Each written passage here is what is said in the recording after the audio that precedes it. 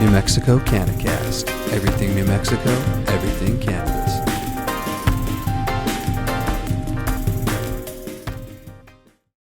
Hey, what's up, everyone? Welcome to the NMCannaCast, Everything New Mexico, Everything Cannabis. Here I am, Shanon with our co-hosts Josh and Chad. Take it away, Josh. Woo! Hey, what's going on, everybody? Kind of crazy. Yes, we're back. I know we were missing last week, but we are back. All fun things, all good things. A little less, I wouldn't say less busy, but I guess a little more planned. All right. A little more or less surprises so far this week, and we had 1 week already. Yeah, 1 day already. See, 1 week I'm already behind. Anyways, all good things. So, all right, let's jump right into it. Huh? How crazy we getting there? Yeah. Well, thank you guys for tuning in. I'm Chad, one of your hosts, and yeah, it was a crazy week. As you guys saw, I was solo last week, and luckily I have more company with me this week. So our episodes could be a little bit longer, but I just really wanted to update everybody what was going on during the week because we were so busy. Yeah, like Josh said, things just popped up left and right. And we were hitting the ground running 100 miles an hour. But now, we're able to kind of hit cruise control and stay at 100 miles an hour. And hopefully, once we hit 200 miles an hour, we'll figure that out too. So let's get right into the episode. Shanon, go ahead and lead the way. Okay, well, let's talk about a few topics today that I think are going to be near and dear to small businesses, to the community overall. And we'll start out with talking about lending, banking and lending, and talking about the banks that we have available here in New Mexico, and also what that's looking like, all around the state. So, Chad, what do you know about the banking situation?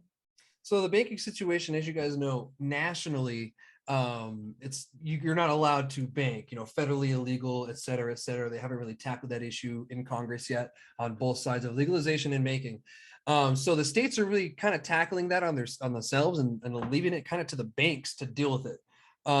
So there's a few banks in New Mexico that you can work with that are working with you. One is going to be U.S. Eagle. And the other one is Southwest Capital that I know of. What do you guys know of any more? Ooh, yeah, I heard a rumor. We got a rumor here. Well, actually, I heard they are. We have a bank down here in Las Cruces called Western Heritage. I heard they're working with cannabis businesses.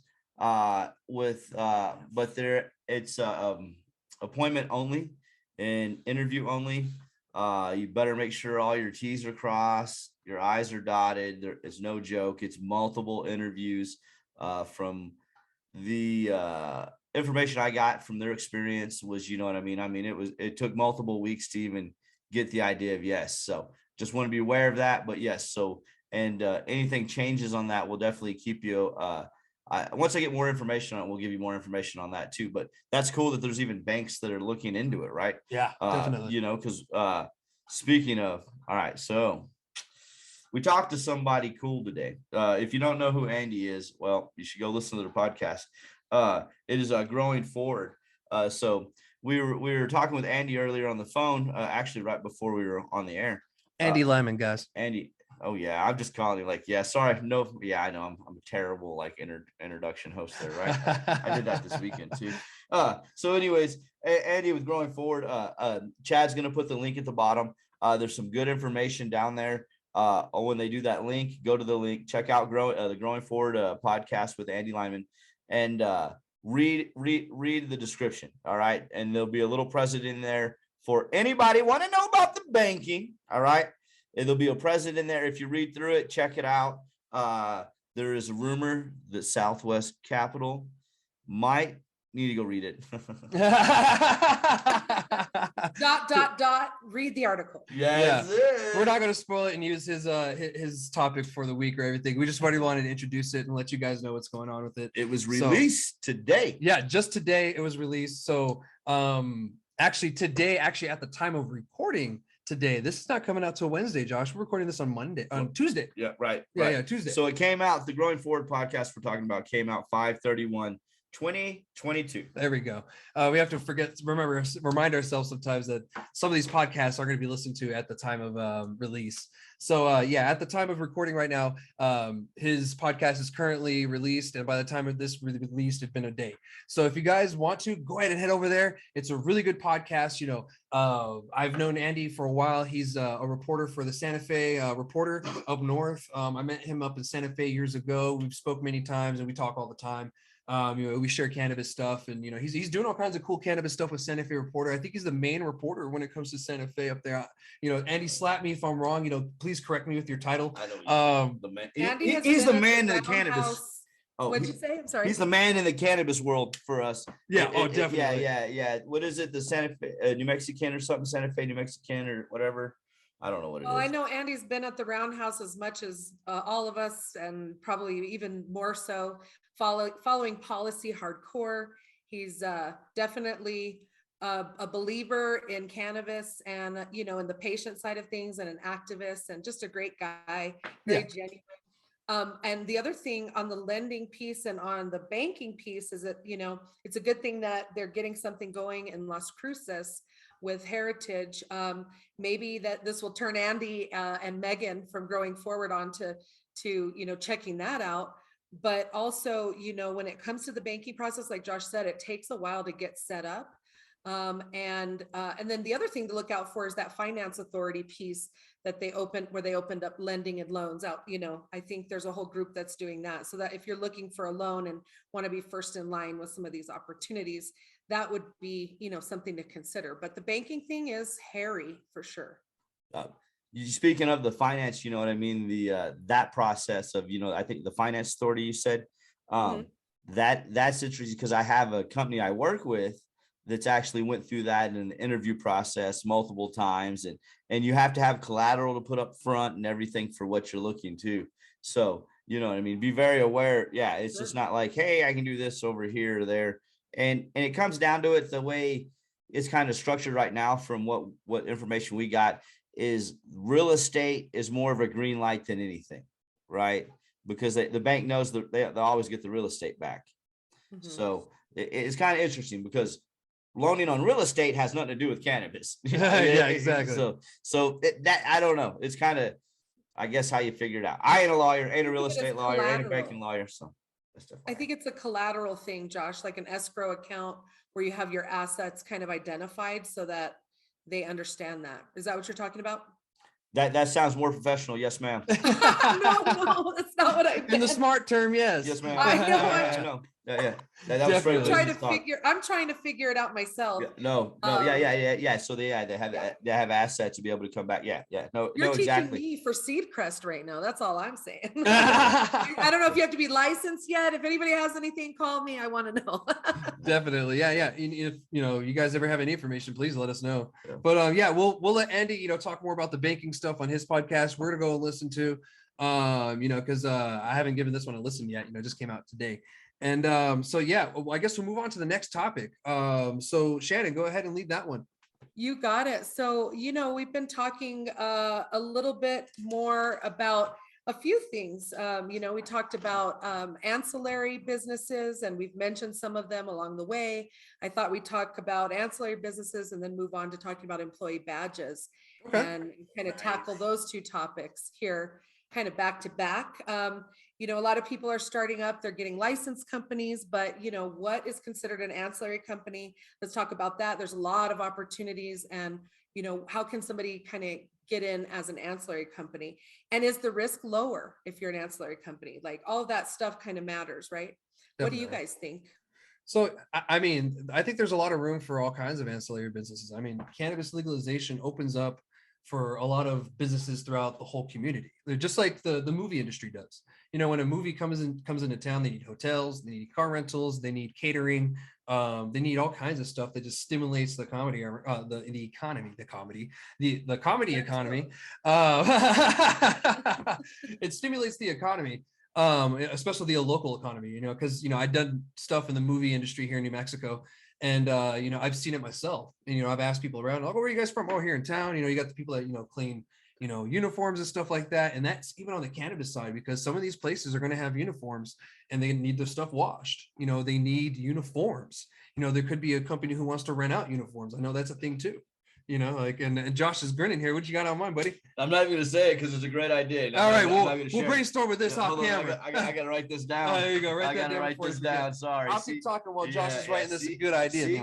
No matter. That's why you gotta have it. You just gotta write it down, guys. There's no telling what'll come. Yeah, exactly. So, like a software company, if you're like, coming from the IT side too, I have my degree, my associates in IT and computers.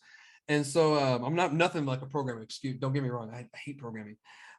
Software companies, if you guys really want to get into this, BioTrack, that's a software company. You don't need a license to like make a company like that or a software. You just have to win the pretty much win the contract through the state to get that.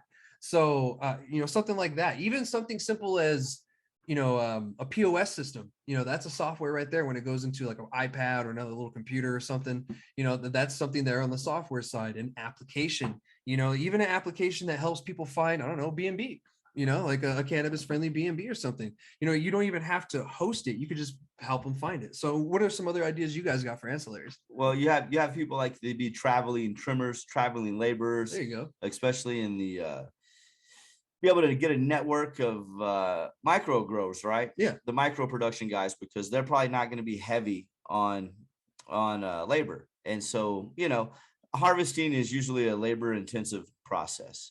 So, and then the way the numbers are produced, it's 200. So, got to be aware of that. So that could be stuff, there's tons of it out there, from cleaning, just all the good things, the packaging, the design, like, Matt Tanner with Stone Date Clothing and everything. You know what I mean? He does quite a bit of crazy design work and packaging work, and he's in depth in the industry, like on a national level. So he knows what's going on all over. So that's always nice to have, access to people like that. You know what I mean? And I'm very fortunate. I went to school in the same place he went to school, so I got access to him. So it's just, interesting to have that perspective too of what's going on those businesses. So you guys know what I forgot? Janitorial services. Some of these places are going to be so wealthy and so busy and big that they're going to have janitorial services come and clean the toilets, the floors, whatever else, sanitizing. And you might have a sanitizing company, like the COVID epidemic really kind of brought some of those companies out and everything. So that's something that, you guys can think about too, because cannabis, there's also medical cannabis, and they really want to keep those places clean. And also maybe a grow doesn't want to, or doesn't have the means or the right equipment to clean their grow facility, and they need to hire a growing company or a facility to clean. I know 30 of them. There you go. I think just about anybody can pivot their current skill set into the industry. And that's half the battle. Sometimes when people want to come into the industry, they're like excited about going into a specialty that they don't possess already. And it's like, while you're doing that, why not pivot your skill set? If you're a lawyer, you use your skills. If you're an HR person, they need HR people, or maybe you have an HR, consultation business. There's so many ways to consult for these companies and to do it to help them to save money overall, right? Yeah. And I think that we've had a lot of, doctors' offices, medical card companies, and those providers are considered ancillary. Mm-hmm. And there's a lot of different people now coming on the scene that I'm hearing about, even from right here in New Mexico, but putting a different spin on it. And like you said, merchant services or merchandise. Yep. Right. Merchant services, card swiping companies. You have a lot of these people pivoting that into this and saying, oh, our merchant services is open to helping your company. One funny thing is, you do need to ask some of these people if they're mainstream, if they're cannabis friendly. So as an ancillary company, you need to kind of understand, are you cannabis? Are you targeting just cannabis? Are you servicing multiple industries and all of that stuff? Right. And so on the ancillary side of things, that matters. And I think that a lot of people can kind of pivot their skill set and take up a space with what they know while they're learning more, and then they'll know where to go. Yeah, definitely. Don't limit yourself at all, guys. Don't think that cannabis is the only spot you can be in if you're in one of these areas. I was just giving you guys an example that you can expand to cannabis. You know, if you're a linen company and you clean uniforms, you don't just have to do it for cannabis. You can just extend it to there, and then you just add it made your on. business bigger. You know? Yep. Yeah, because realistically, you probably, you know what I mean, not being specialized in cannabis, you have a better process of making profit and stuff as far as your tax write-offs and everything else, because you're not, like, when you start touching the plant or the plant products, yeah, federal government's like, hey guys, hey, we like to charge you more. We really like money. Well, and I do, with that said, I suggest staying away from naming your ancillary company something with cannabis in it, because you're going to flag yourself for no good reason, and you'll get treated like a licensed cannabis company till they figure you out, delaying you, lag timing you, and kicking you out of banks or certain federally funded establishments along the way, small business incubators. And I speak from experience. So from the Alliance. yeah, well, my company was called Cannabis NM Staffing, right? Yep. You do learn, and we were like, well, it'll be federal before we have to change it. And I said, no, we need to really change it now, because we're flagged in banks. Shoot, I went to go get a new house, and I was flagged through the purchasing process as somebody that owned an ancillary business. So it can be really crazy. I mean, PayPal flags you, all of the good, ones. So you have to ask that question. I'll loop back around. Yeah. Do you take on cannabis clients? And if they say that, don't waste your time, looking into it. But I think that's, if you add that cannabis in your title, you flag yourself for no reason. Yeah. And I know everybody, cannabis is cool, having the name in there. People are like, oh my God, cannabis is in the name. But like, let's be honest, guys, we're not there yet where we can have cannabis in our name, where, things are like super legal on the federal level, because they're not. So let's just remember where we are in the industry. Just remember to follow the state rules, laws, and all that good stuff. But yeah, I mean, another ancillary business I wanted to bring up was printing companies. I mean, there's dispensaries that need flyers, they need business cards, they need other things printed out. And I guess we could just jump into what Shannon's talking about, badges. Oh yeah, well, and that talks about, what do you need for your employees? How can you save money? And how can you look at some of these regulations without making them so literal? I think is, they're on the badging requirement. You basically, as a new company, you have to have a certain size of a photo. It's all in there. And I could, if it wasn't almost 6 p.m. while we're recording this right now, I could tell you that I could tell you the regulation exactly. Maybe we can add that in there for you. Hey guys, Shannon from the future here. As promised, you can find the employee badge information in the New Mexico Administrative Code 16.8.2, Section 10K, License ID Badge Requirements. Good luck. But anyway, when you're looking at it, you're looking at the size of the picture. You need your license number, your employee ID number, and then their name, and you can add a logo on there, right? The reality is when you're printing from a third party, it's anywhere between $6 and $8, $6 and $10, depending on how fancy you get. Some companies are taking it a little slower that first year, but still meeting the requirement by getting lanyards and attaching the plastic cover to them, and then creating the paper size, kind of card size piece that they just slip into that cover. And on that, it has the picture and those ID numbers. And then I recommend too, creating an Excel spreadsheet or something simple, PDF file, whatever, and just kind of create a bank of numbers that you can rely on. So whoever's creating this isn't just adding a number off the top of their head. Create a criteria for your company. For example, we're going to have 4 numbers, and we're going to start with these, so that you don't have, some odd numbers all the way to 12 or something crazy happening, right? So you're standardizing, but you still meet the requirements. When you do that, probably save some money too. And guys, I know this sounds boring, but cannabis is a business now. So this is something that you're going to have to get used to, and you have to get organized. And that's something that I've had to work on myself, getting organized on certain things, and, just really starting from the bottom and trying to figure out a way to do it. Like Josh said, trying to get the schedules figured out and everything too by day, you got to figure it out. So, you just, if you guys are going to think that this is stoner time, it's not stoner time.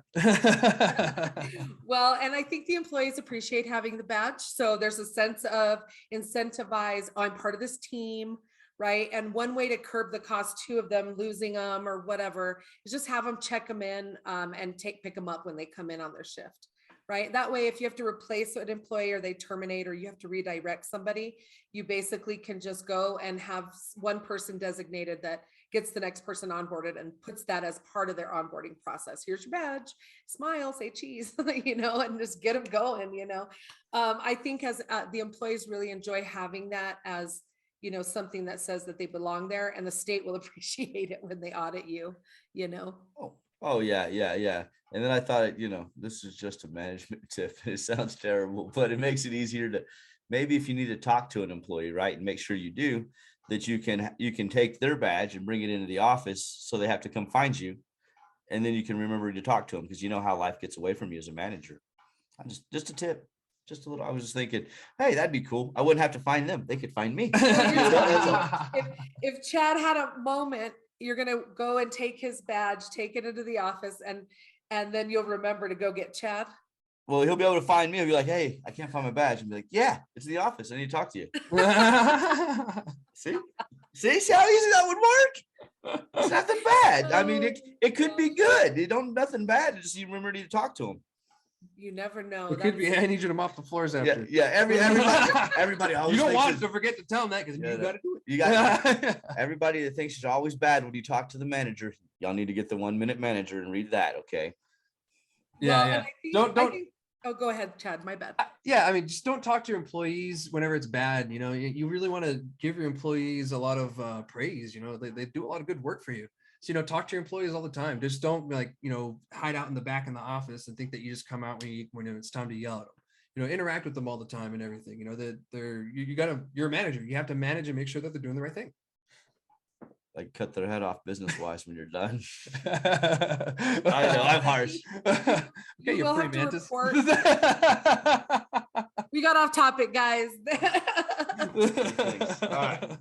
Come on back to me. Here we go. Coming back to reality. Yeah. Thank you for that, You do Shannon. have to report those badge ID numbers and keep track and verify them and all that good stuff. So, but I think that there's also people buying a badge maker machine. So if you're going to have, over 50 to 100 employees, that might be your way to go, and just have a badge maker, and that's how you do it. Right. You have to give visitor passes too, and have people sign in when they come, like at a cultivation or production facility. That's part of the criteria. So in how you have people do that, you just have them sign in, and you can do the same kind of a dealio, right?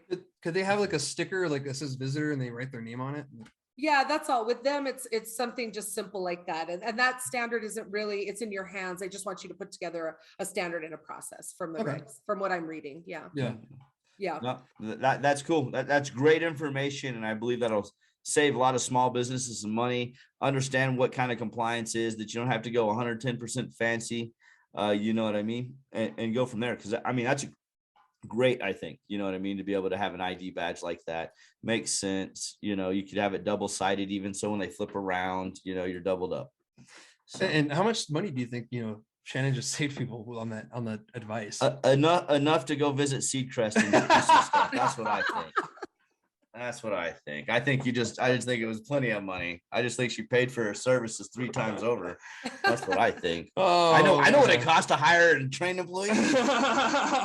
Well, I think some of the things that people think about when they're hiring, and payroll and employee cost are going to be like 50 to 70% of what you're paying a year. Okay. And that system, having good processes is going to help you, and understanding that people aren't going to stay with you forever. That's half the battle. I see small businesses hiring like their best friends and all of this. And really that group, you'll have a core that'll stay, and some people will fizz out, and then you'll have to hire again. Right. That's just the reality. But the variables of hiring in our industry, I can have a better number for you here on our next segment. But you do have the badges, you have employee training, you have onboarding, you have recruitment, and all of that, fun stuff. Those are some, key variables that you're looking to kind of curb. And if you can do that with systems, and in the long term, you're going to save money. Yeah, I'll give you a quick number. It was just kind of branded in my head. And this is just like an ice cream store that was like had 5 different locations or whatever. But average employee would cost $1,000 to get it all said and done. Sure. Right. And then 1 year, I realized we lost 150 of them. So, I mean, if you have multiple locations, like people like, that's a lot of employees. It doesn't take very much to lose a lot of, I mean, just turn around, just quick. There's you know what I mean? The employee pool out there is especially these shallow, to say the least. So be aware of that. Like, yeah, you don't want to spend all the time going through the, like, you know what I mean? 100, then you got 10 of them that are worth it. And then out of that 10, one of them might work. Yeah. So don't start with 100 to 1. It's going to take you more time. Try to get to 10 and then figure it out from there. Find your fits. You have two costs. You have cost per hire and cost of turnover. They kind of overlap, but there's a formula for your cost per hire that a company can use. And there is a third-party marker too called the Society for Human Resources Management. And in an article that they printed, I think 2016 or 2017, it indicates that the average for hiring an employee, whether that's contract, full-time, part-time, no matter what, the average is $4,200, right? $4,200.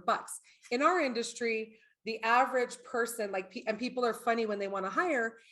If you hire, by fire, you may be turning over that person quickly, right? And you can bet that if your manager is spending time, you can just add that as your cost, right? They're spending time recruiting, they're interviewing, social media, marketing, all of these little things. We're hiring, even that little time that they post that on one of the NMCannaCast groups or on Facebook. And then by the time you interview these people, you're spending time then onboarding them and giving them an offer, right? So there's time variables and then there's hard variables. Then that person needs training, right? And then we need to give them point of sale and culture training. So there's that training period, background checks, you add all that in and you're looking at creating your cost per hire. And if anybody wants a calculator, I'm happy to, we have a cost per hire for the cannabis industry calculator. Josh, that just got excited. Yeah, me and the numbers. Like I like the numbers. I like to know what's going on, how much these people are gonna, you know what I mean? Because everybody just thinks you're making so much money in the industry, but it costs a lot of money to even try to turn over a profit. And then you got ROI when you have investors, which is, return on investment. And you want to take that very seriously. Like, it's not, oh, I'm going to get a big salary. You're like, man, I want to get these guys paid off so everybody's happy. And then you could expand your company and your brand so you can get bought out later on. That's my 2 cents. Right. Well, I think that, some of the people that are entering the field are looking for specific environments, right? And it's going to be more and more competitive.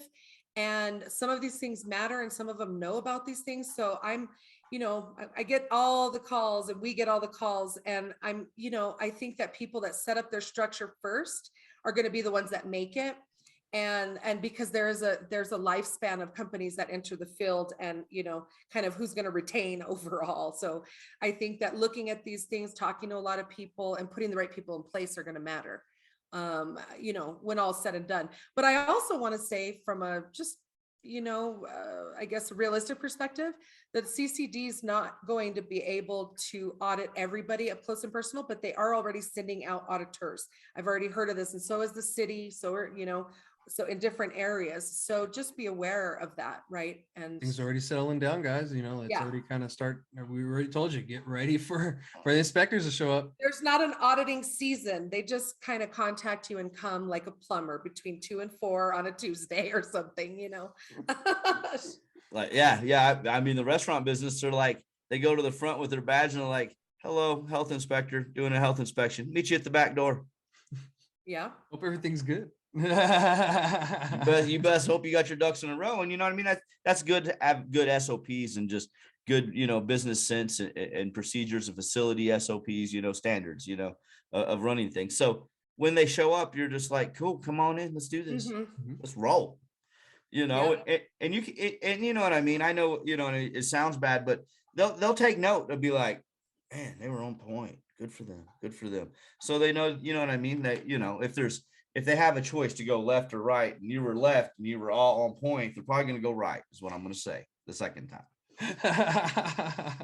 Just saying.